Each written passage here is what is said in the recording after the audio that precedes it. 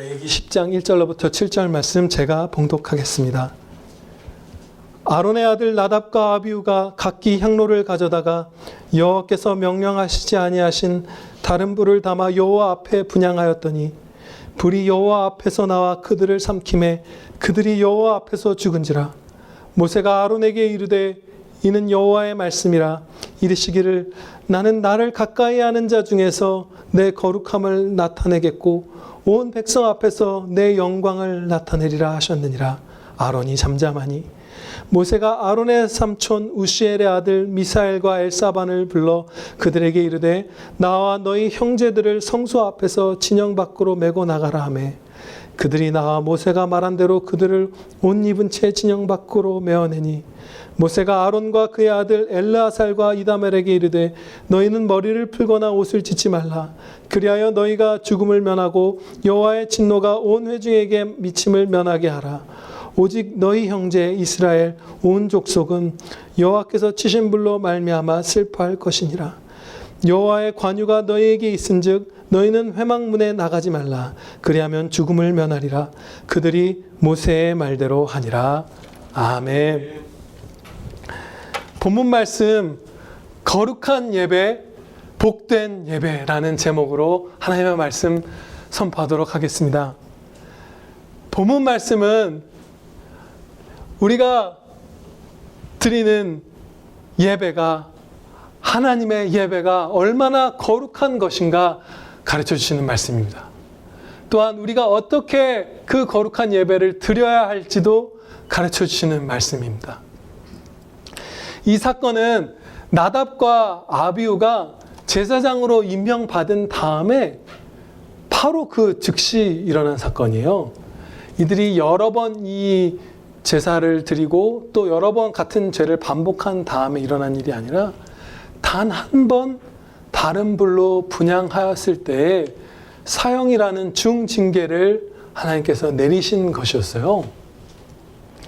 단 한 번의 범죄로도 이 형제들이 즉각 죽임을 당한 이유는 하나님이 무한히 거룩하시고 그리함으로 하나님의 예배가 거룩하고 그 거룩한 예배를 경홀히 여긴 죄악이 크기 때문이었습니다.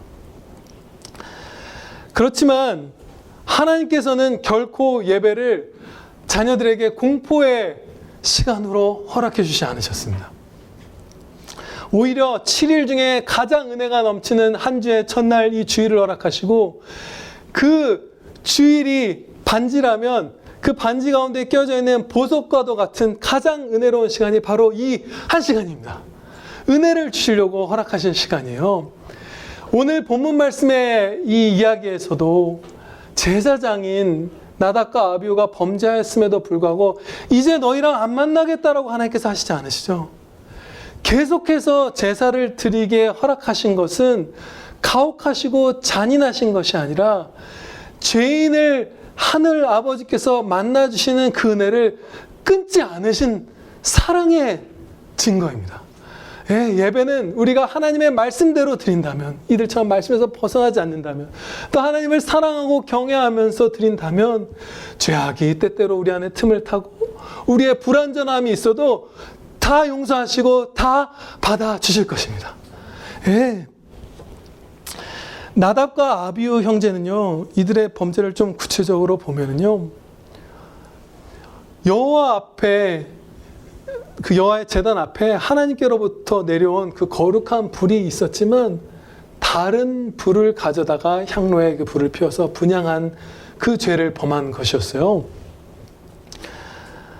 그런데 이제 이들이 죽임을 당한 방법이 아주 자세하게 성경에 기록되어 있는데요. 그래서 우리가 주목하고자 합니다. 결론부터 말씀을 드리면 나답과 아비후가 경홀히 여긴 불, 아무렇지도 않게 여긴 불이 거룩하다는 것을 드러내는 방식으로서 이들을 징계하셨어요. 무슨 말씀이냐면 첫째로요, 여호와 앞에서 불이 나와서 그들을 삼켜버렸습니다. 그냥 자연적으로 불이 타오르는 것이 어떻게 옮겨 붙어서 이들이 죽은 것이 아니라 불이 갑자기 확 나와서 이 두 성도를 완전히 삼켜버린 것이에요. 기적적인 그런 불의 움직임은 전혀 다른 구별된 여호와의 불, 거룩한 불이라는 걸 드러내신 거죠. 두 번째로는 이들이 5절 말씀을 보면 불에 삼켜졌지만 옷이 타지 않은 것을 목격할 수 있어요. 이 역시 다른 불들과 다른 구별되는 거룩한 특징을 밝히 드러내 주신 것입니다. 마치 모세가 보았던 떨기나무에 붙은 불은 활활 타오르는데 떨기나무는 타지가 않았죠. 기적의 다른 구별된 거룩한 불이었어요. 마찬가지로 이 나답과 아비후를 징계한 이 불꽃도 그들을 전체를 휘감았지만 옷을 태우지 않고 아주 특별한 어떤 우리가 알 수 없는 방법으로 그들의 생명을 거두신 아주 거룩한 그런 불이었던 것이에요.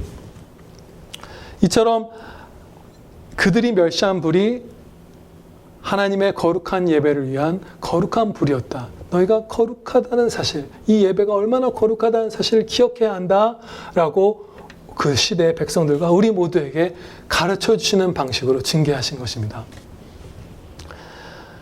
이 두 아들을 잃은 아론에게 모세를 통해서 하나님의 말씀이 주어졌습니다. 3절 말씀인데요.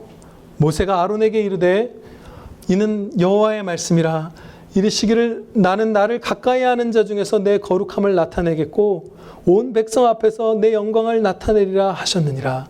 아론이 잠잠하니. 나답과 아비후 같은 제사장들은 하나님을 가까이서 섬기는 사람들이었죠. 그런데 그런 사람들에게 이제 너희는 이제 나와 가까워졌고 이제 제사장으로 임명된 성숙한 자들이니 어떤 이렇게 적절한 표현이 아닐 수도 있지만 뭐 막역하게라든지 이렇게 가볍게라든지 이렇게 편안하게 이렇게 예배드려도 된다라고 하신 것이 아니라 오히려 하나님을 가까이서 섬기는 자들일수록 하나님을 더 거룩하게 섬기면서 하나님이 거룩하시다는 사실을 너희가 더 밝히 뿜어내야 한다라고 말씀하신 거예요. 그래서 뒤에 3절 마지막 부분 온 백성 앞에서 내 영광을 나타내리라 이렇게 말씀하셨는데 온 백성 앞에 하나님께서 영광을 나타내시는 것과 하나님을 가까이 섬기는 자들이 하나님의 거룩하심을 드러내는 것은 인과관계가 있어요. 우리가 오래된 성도들, 직분자들, 뭐 봉사를 맡은 사람들, 목사들 이런 사람들이 더 하나님을 거룩히 여기면서 예배를 드릴수록 나머지 모든 어린 성도들, 새신자분들, 불신자들에게까지 하나님의 거룩하심이 쫙 증거되는 것이에요. 이 말씀, 본문 말씀에서 하나님께서 아론에게 주신 말씀이 오늘날 우리에게는 어떻게 적용될까요? 우리 모두에게 직접 적용됩니다.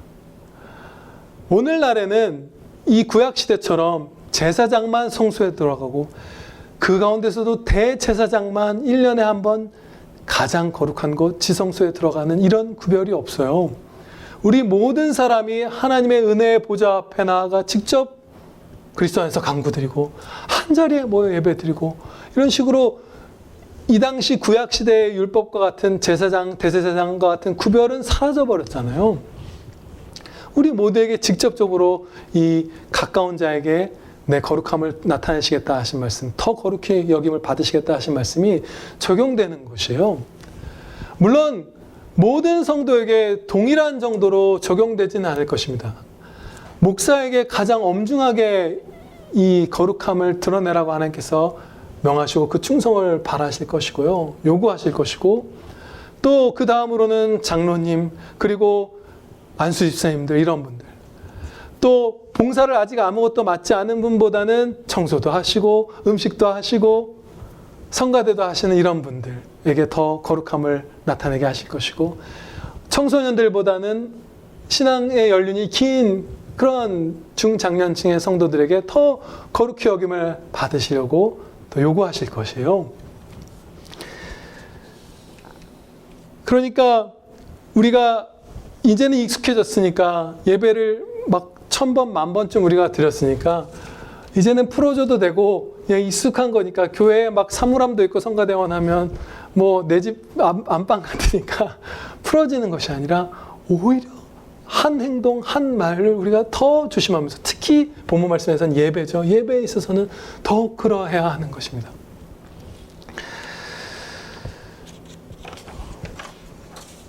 하나님의 예배가 얼마나 거룩한 것인지, 우리가 얼마나 두렵고 떨림으로 예배 드려야 하는 것인지 우리는 지금보다 훨씬 더 깊이 자각해야 합니다.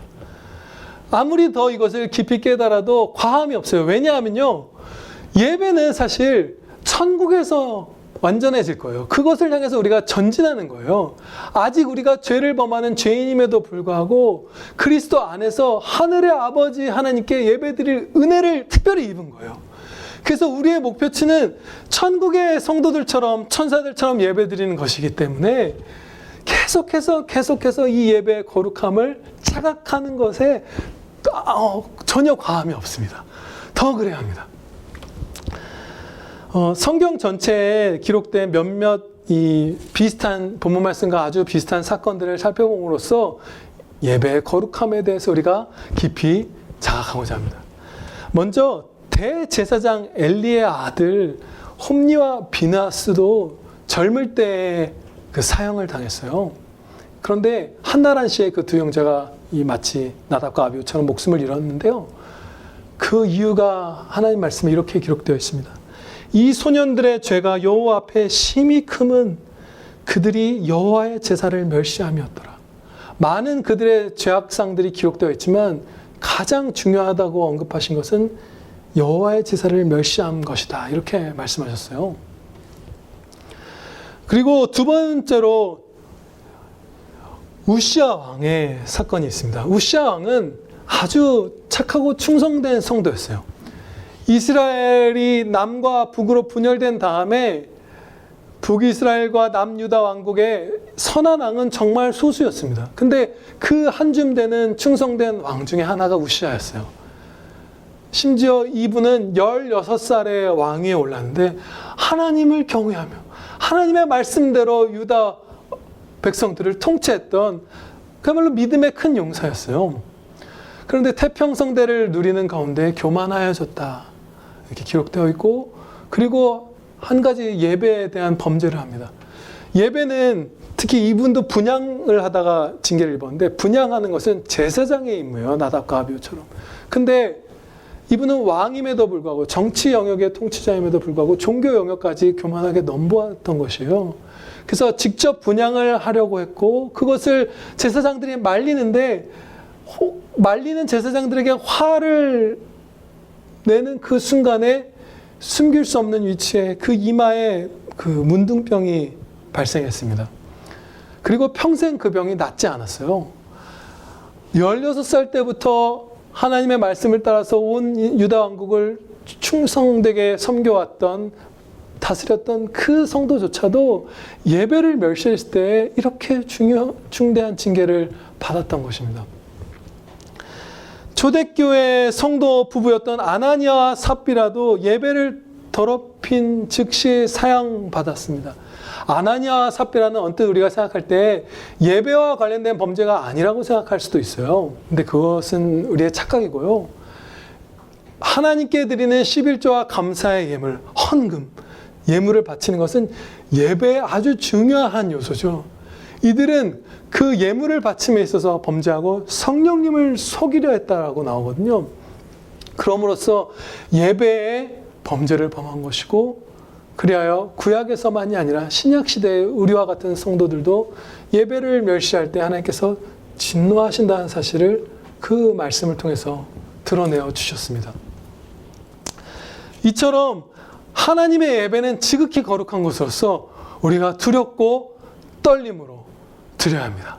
네, 아멘입니다. 그래도 이 말씀을 또 드려야 되겠네요. 그렇게 드릴 때 하나님께서 은혜 내려 주실 것입니다. 아론의 반응을 잠시 살펴보고자 합니다. 그는 두 아들을 한순간에 잃어버렸잖아요. 육정을 따라서는 하나님께 원망하며 분을 내고 범죄하고 막 제사 드리던 것을 다 팽개치고 이럴 수 있었던 상황이었어요. 잠시 그의 마음은 혼돈 속에 있었을 것만 같습니다. 도대체 이게 무슨 일이란 말인가? 이 갑작스러운 일에서 너무 충격을 받았을 거예요. 그때 모세는 하나님의 말씀을 아론에게 지혜롭게 전했고 하나님께서 모세를 쓰셔서 아론을 구하신 거죠. 혼돈이 있었지만 이제 하나님의 말씀을 아론이 이제 들었을 때, 이 3절 말씀, 아까 봉독한 그 말씀을 들었을 때 혼돈은 사라졌어요. 그리고 이제 아론에게 남은 것은, 모든 하나님의 말씀을 듣는 성도에게 동일합니다. 혼돈은 하나님의 말씀 앞에서 사라지고 이제 순종과 불순종만 남는 것이에요. 이게 무슨 일이지 했던 그 황망함에서 벗어나서, 내 두 사랑하는 아들들이 하나님의 예배를 멸시했구나, 다른 부를 사용했구나, 제사장인데 그러면 이제 그 진리 앞에 순복하느냐 마느냐가 있었는데 아론은 순종했습니다. 그래서 하나님께서 이 순종을 자기의 의지로 택한, 은혜 가운데서 자유로운 의지로 순종을 택한 이 아론을 성경에 그 순종을 기록하시면서 칭찬해 주신 것 같아요. 그것도 크게. 이 3절 마지막 부분입니다. 아론이 잠잠하니라.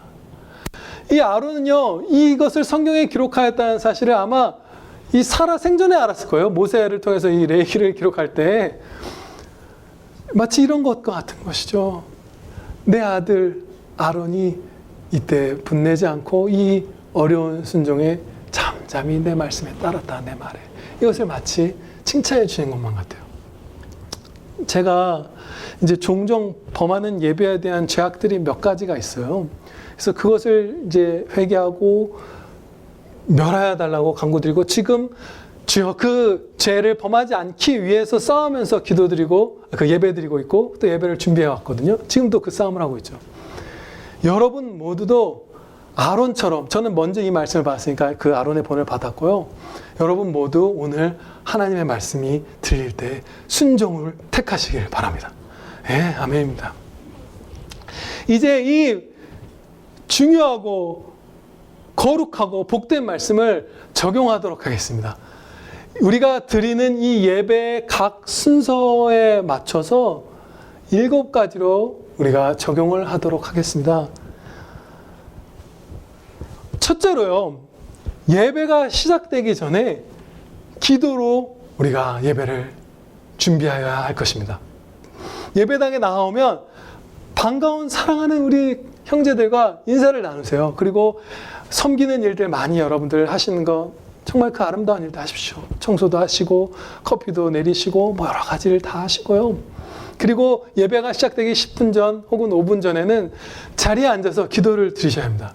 왜냐하면요, 우리에게는 감사드릴 것도 많고 회개할 죄도 많고 때로는 마음이 요동칠 때도 있고 구해야 할 도우심도 많고, 그리고 무엇보다도 이 예배가 거룩하기 때문에 기도로 도우심을 구해야만 하는 것입니다. 두 번째로는요, 예배를 구성하는 한 순서 한 순서에 집중합시다. 이 실천은 성도 한 개개인의 순종에 딸린 영역도 있고 교회 전체의 어떤 습관에 달린 그런 영역도 있어요. 먼저 이 교회 전체의 습관에 대해서 좀 살펴보면요, 예를 들어 이런 것이에요.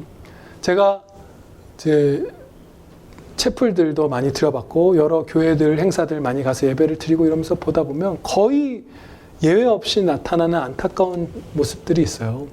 한국 교회의 성도들이, 우리 한국 교회가 이 예배를 마음의 한 구석에서 조금은 마치 장면이 끊김없이 막 진행되어야 하는 공연처럼 여기는 마음이 어느 정도 있는 것만 같아요. 사실은 거의 확실하다고 볼 수 있어요. 작게나마 품고 있어요. 그래서 거의 모든 예배들에서 예외 없이 기도가 끝나면 1초의 지체도 없이 아멘송을 성가대가 부르기 위해서 아직 기도 중인데 성가대원들과 반주자와 지휘자는 서로 일어나서 눈을 맞추고 주섬주섬 옷매무새를 만지고 그러고 있습니다. 그럴 필요 없죠. 기도 아멘하고 끝나고 좀 있다가 아멘 노래가 찬양을 드려도 그걸 하나님께서 기쁘게 받아주실 거예요. 음악을 너무 잘해서 아무 사인 없이 무반주로 그냥 팍 튀어나올 수 있는 성가되면 1초 하시면 좋죠. 근데 아니어도 한 순서 그 기도에 집중했을 때 하나님께서는 더 기뻐하시고 더 예뻐하실 거예요. 그리고 제가 영상으로 보았던 어떤 예배 중에 그 목사님은 정말 이 시대에 하나님께서 정말 가장 성령님을 많이 부어주신, 성령님의 권능을 가장 크게 부어주신 목사님 중에 한 분이에요. 그분이 너무나 은혜롭게 설교를 하고 그 말씀이 새겨지기를 간절히 간구드리고 있는데 그 기도 중간에 찬양팀들이 다 나와서 악기 메고 뭐 세팅하고 이러고 있더라고요. 바로 그렇게 시작될 필요가 없잖아요. 이건 공연이 아니잖아요. 예배는 한 순서 한 순서에 우리가 교회적 차원에서, 공동체적 차원에서 집중하는 습관을 가져야만 합니다. 그리고 이제 개인의 이제 집중에 대해서 살펴볼 텐데요. 거의 하시는 분 없어요. 예전엔 저도 했었는데 예배 중간에 늦게 들어오신 분 있으면 인사하지 마십시오. 인사할 필요 없고요. 그래서는 안 되고요. 하나님께 집중해야 돼요. 예배. 그리고 예배 중간에 어떤 잡담, 뭐 찬송가 장수를 몰라서 잠깐 물어본다든지 설교 말씀을 못 들어서 뭐라고 말씀하신 거야? 이렇게 잠깐 물어볼 수는 있겠죠. 그렇지만 그 위에 어떤 사적인 얘기도 나눠서 안 되고 행동도 해서는 안 되고요. 또 우리 교회가 한 가지 약한 게 남아있더라고요. 이분 다 너무 잘하시는데 무슨 돌발 상황이 발생했을 때 거기 보지 마십시오. 만약에 카메라가 꺼져도 그것은 담당한 그 성도, 책임을 맡고 있는 그 성도만 고치려고 집중하시고요. 전등이 나가든 아기가 뛰어오든 그러면 엄마가 달려 나올 것이고요. 우리가 그것이 있을 때 여러분들 눈이 확 쏠려서 그 순간에 선포되고 있는 하나님의 말씀을 못 들었다. 내가 확신할 수 있는 때가 제가 몇 번 있었어요. 최근에도, 올해 들어서도. 완전히 예배 그 순서에 집중하시기 바랍니다.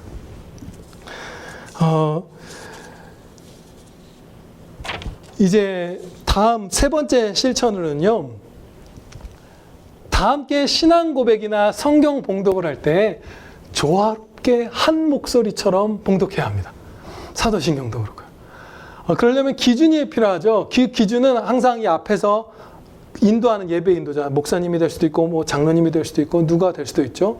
그 인도자의 음성에 맞춰서, 그 템포에 맞춰서 쫙 한 목소리로 우리가 신앙을 고백하시겠습니다. 왜냐? 성경 말씀에서 가르쳐 주시길, 말씀하시길 하나님은 질서의 하나님이라고 하셨기 때문입니다. 네 번째로 찬양의 순서에서 찬양을 드릴 때, 공예배 때 회중 찬양이죠. 자신의 목소리나 음악성을 뽐내려고 해서는 안 됩니다. 물론 이 적용이 하나님이 주신 그 달란트를 땅에 묻어두라는 뜻은 결단코 아니에요. 노래의 달란트를 받은 분들이 회중 찬양 때 겸손하게 그 재능을 아름답게 질서 있게 발휘하면 얼마나 좋은지 몰라요. 샬롬 찬양대 분들이 많이 계셨던 예배, 아닌 예배, 이런 예배, 회중 찬양의 그 은혜가 차이가 납니다. 그것은 음악적으로 귀로 그냥 그것에 제가 취해서 느끼는 바가 아니라 하나님께서 달란트를 주신 자들을 통해서 그 찬양의 은혜를 부어주시는 거예요. 그럼에도 불구하고 우리는 조심해야 해요. 재능을 가진 분들이라면 목소리를 뽐내거나 음악성을 뽐내지 않도록 조심해야 돼요. 그래서 그 구체적인 실천은 볼륨이 혼자 너무 커서는 안 되고요. 아무리 성량이 좋아도 2배, 3배로 내선 안 될 것이고요.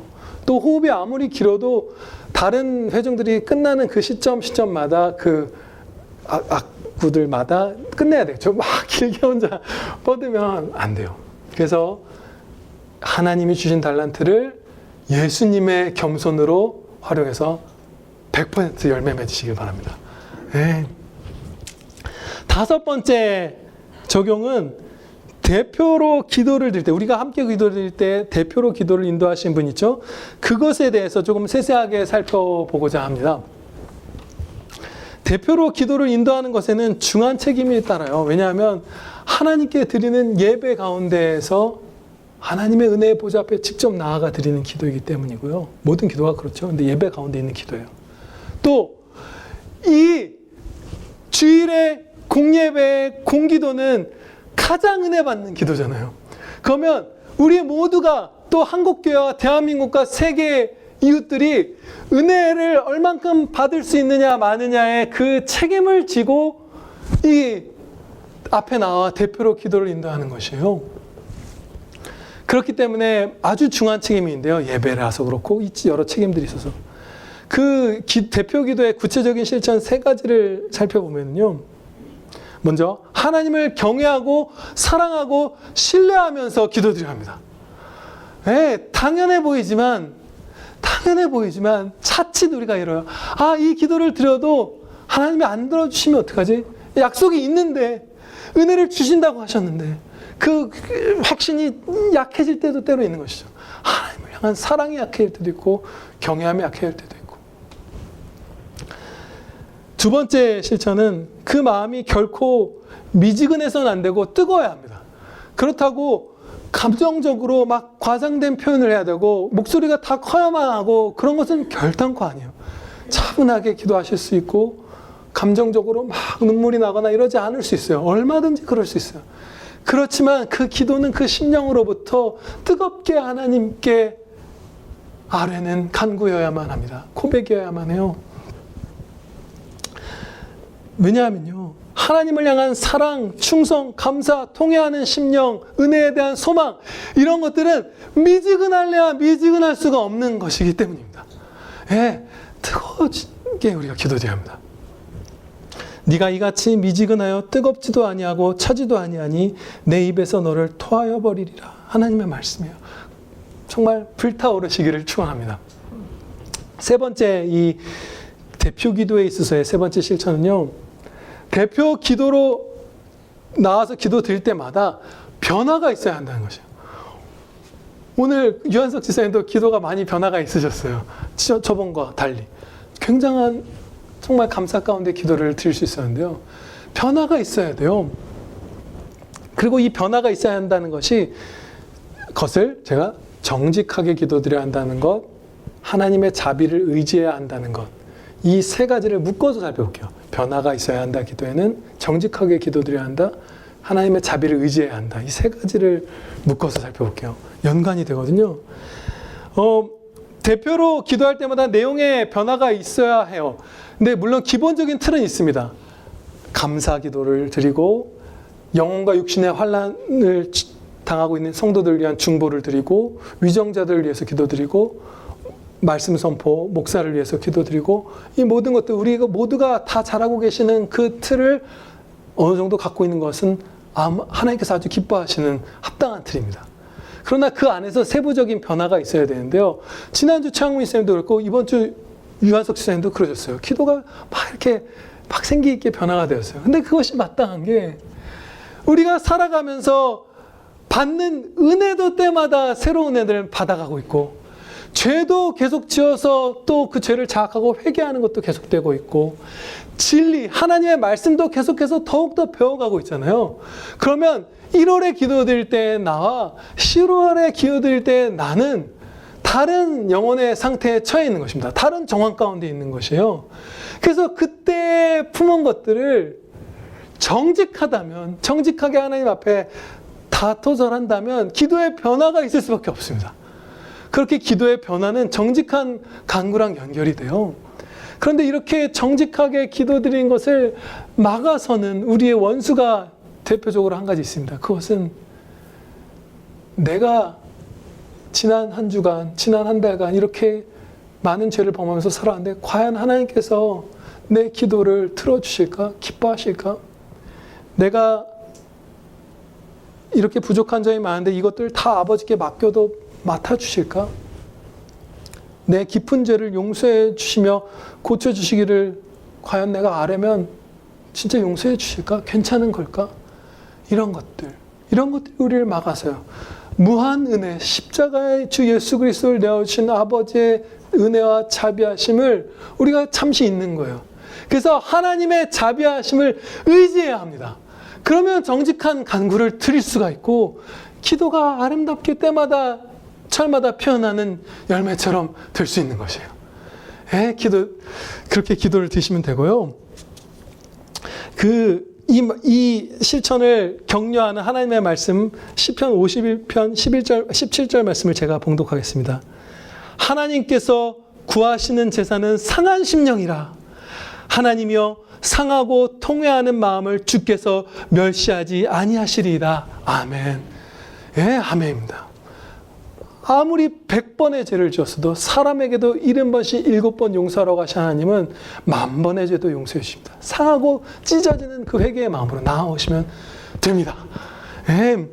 6번째 적용은 전 인격을 바쳐 설교를 듣고 순종해야 합니다.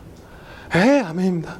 세부적으로는 이런 실천들이 필요합니다. 첫째로요, 눈을 크게 뜨시고, 영혼의 눈만이 아니라 육신의 눈을 크게 뜨시고 설교자를 주목하시기 바랍니다. 지금 저를 다 쳐다봐 주세요.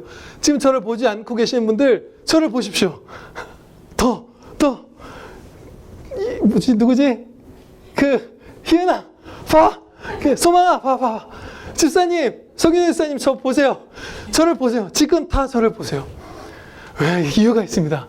여러분에게 하나님의 복을 전하기 위해서 제 입술을 통해서 지금 진리를 주시는 거예요. 이 육신의 눈으로도 설교자를 주목해야 한다는 사실을 2가지 근거로 제가 여러분에게 나누도록 하겠습니다. 첫 번째는 우리 이성에 주신 그 분별력, 그 증거예요. 우리가 알다시피 강의든 대화든 무엇이든 말로 어떤 내용을 전달할 때 그 말하는 상대방을 주목할 때에 그 사람이 전하는 내용을 더 쉽게 받아들일 수 있다는 것, 깨달을 수 있다는 것은 우리가 경험적으로도 아는 바죠. 우리의 이성, 우리의 양심이 그것을 우리에게 가르쳐주고 있어요. 그리고 기도할 때 눈을 뜨면 딴짓한다는 것을 대부분의 경우 특별히 주목해야 될 때가 없을 때, 어린아이들도 아는 것처럼 누군가 말하거나, 지금은 제가 말하는 게 아니죠. 어떻게 보면 저 입을 통해서 하나님께서 말씀하실 때 그것을 바라보고 있지 않으면 사람과의 관계에서는 그것이 무례한 것이고 하나님 앞에서는 하나님의 이름을 거룩히 여기지 않는 그 행동이기 때문이에요. 우리가 일상에서도 그것을 알고 있어요. 예의냐 아니냐, 보는 것이 아니냐, 효과적이냐 아니냐를 알고 있고요. 하나님의 말씀에서도 수많은 그 설교자를 육신의 눈으로 주목해야 될 근거가 있는데요. 그 가운데 하나를 살펴보겠습니다. 에스겔서 6장 12절 말씀을 보면 11절 말씀이네요. 하나님께서 에스겔에게 손뼉을 치고 발을 막 동동 구르면서 진리를 선포하라고 명하셨어요. 죄로 치닫고 있는 이스라엘 백성들에게 선지자가 전하는 것이 얼마나 진심으로 전하는 것인지, 사실은 더 나아가서 하나님께서 너희를 얼마나 돌이키게 하고 싶으신지, 너희가 회개하기를 얼마나 원하시는지, 돌이키면 살려주신다, 이전보다 더 은혜를 베푸실 거다, 아니면 너희는 죽을 거라는 이 사실을 그들이 듣도록, 주목하도록, 우스울 수도 있죠. 발을 동동 구르고 막 손뼉을 치면서 그 앞에서 말씀을 선포하라고 명하셨어요. 그런데 에스겔 선지자가 아무리 발을 동동 구르면서, 심지어 매튜 헨리 목사님이 이렇게 얘기해요. 이런 게 얼마나 우스꽝스럽냐. 설교자로서 이렇게 하고 싶겠느냐, 웬만해서는. 그렇지만 영혼이 소중하기 때문에 하나님께서는 그것을 명하셨고, 에스겔은 해야만 했고 설교자들은 해야 한다라고 말을 해요. 그렇게 할 때 여러분이 눈을 감고 있었다면, 눈을 감고 있는 백성이 있었다면 하나님의 말씀을 훨씬 더 적게 들었을 것이에요. 위필드 목사님이 평생에 몇만 번의 설교를 할 때 그것을 지켜본 사람들이 다 한결같이 증언하기를 거의 모든 설교마다 눈물을 흘렸다고 해요. 그런데 성령님께서 흘리게 하시는 그 눈물을 눈을 감고 딴 데를 보고 보지 않았던 성도들은 하나님의 말씀을 보았던 성도보다 훨씬 적게 먹었을 것입니다. 그것이 성경에서 하나님께서 가르쳐주시는 사실이에요. 하나님께서는 설교자의 표정과 행동과 말투와 단어 하나하나, 음성과 모든 것을 사용하셔서 지금 여러분에게 하나님의 말씀을 전하고 계십니다. 2번째, 이 설교를 듣는 것에 있어서의 실천은 졸지 않는 것입니다. 우리가 설교를 듣는 것은 사람의 말과 지혜를 듣는 것이 아니에요. 강의를 들을 때, 그것도 사실 졸면 안 되지만, 영화를 볼 때, 아무튼 대화를 할 때, 그런 차원의 것이 아니잖아요. 지금 나답과 아비후가 단 한 번 제사장이 된 그날 예배 드릴 때 잘못했을 때 사형을 당했잖아요. 거룩하시기 때문에 이 죄인에게 하늘 아버지께 예배드릴 수 있는 이 기회를 허락해 주셨는데, 예배 가운데서도 하나님의 말씀에서 가르쳐 주신 바 명백하게 가장 중요한 순서는 바로 설교 시간이에요. 하나님께서 말씀하시는 순간이기 때문이에요. 한 주일 가운데, 가장 중요한 하루 가운데, 가장 중요한 한 시간인 공예배 가운데, 가장 중요한 한 수서인 설교 시간에 우리가 존다면 그것은 하나님을 우발적으로 한 번 줄 수 있어요. 아주 가끔. 그러나 그것이 반복된다면 그것은 우리가 하나님을 경홀히 여기는 것입니다. 그것에서는 우리가 벗어나야 돼요. 결코 빠져서는 안 돼요. 세 번째, 설교를 듣는 것에 있어서의 실천은 하나님의 말씀을 듣는다는 자각을 하고 순종하려는 마음으로 들어야 합니다. 결단코 한순간도 물론 분별해야 돼요. 지금 하나님께서 직접 하늘에서 음성을 우리의 귀에 들려주고 계신 게 아니라 설교자를 사용하고 계시기 때문에 여러분들은 제 입에서 나오는 말들을 시험해야 합니다. 박지원 목사님이 하는 말이 정말로 성경 그대로인가? 성경의 근거를 갖고 합하게 성경 말씀 그 자체를 전하는 게가 아닌가를 시험하고 분별해야 해요. 하지만 그 분별 과정을 계속 하면서 듣지만 정말로 하나님의 말씀에 합한 설교를 하고 있다고 여러분들이 판단하셨다면 그것은 정말로 하나님께서 말씀하고 계시는 그 순간인 것입니다. 그리고 여러분의 심령에 성령님께서 역사하고 계시기 때문에 이 하나님의 말씀을 정말로 바르게 여러분들이 깨달을 수 있는 것이에요.